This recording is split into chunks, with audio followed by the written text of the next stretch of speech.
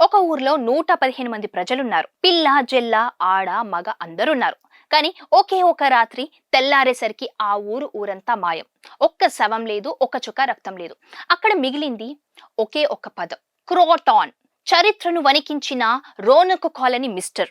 అసలు కథ ఏంటి అనేది ఇప్పుడు చూద్దాం. ఇది 1587 నాటి మాట. అమెరికాలోని రోనక్ అనే ఐలాండ్ కి జాన్ వైట్ అనే అధికారి 115 మంది పిల్లలతో వలస వెళ్ళాడు. అక్కడే తన కూతురు, మనవరాళ్ళు, మనవలు అందరినీ సెటిల్ చేశాడు. కానీ ఆహారం, సరుకుల కోసం ఆయన తిరిగి ఇంగ్లాండ్ వెళ్లి వచ్చారు. యుద్ధం కారణంగా ఆయన తిరిగి రావడానికి 3 ఏళ్లు పట్టింది. 1590లో ఆయన తిరిగి ఐలాండ్ లో అడుగుపెట్టాడు. కానీ అక్కడ ఆయన చూసిన దృశ్యం ఆయన గుండె ఆగిపోయేలా చేసింది. ఊరంతా నిశ్శబ్దం.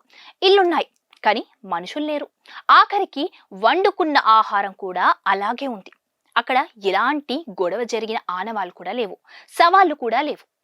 కేవలం ఒకే ఒక చెట్టు మీద క్రోటాన్ అనే పదం చెక్కి ఉంది. దీనిపై ఇప్పటికీ వందల థియరీలున్నాయి. 400 ఏళ్లు గడిచినా ఆ 115 మంది ఏమయ్యారో ఇప్పటికీ ఎవరికి అర్థం కావట్లేదు. క్రోటాన్ అనే పదం వెనుక ఉన్న రహస్యం ఏంటి? అది అసలు వీడలేదు. మరిన్ని మిస్టరీస్ కోసం ఇప్పుడే సబ్స్క్రైబ్ చేసుకోండి కొలుగూరి 24/7 న్యూస్ టీవీ.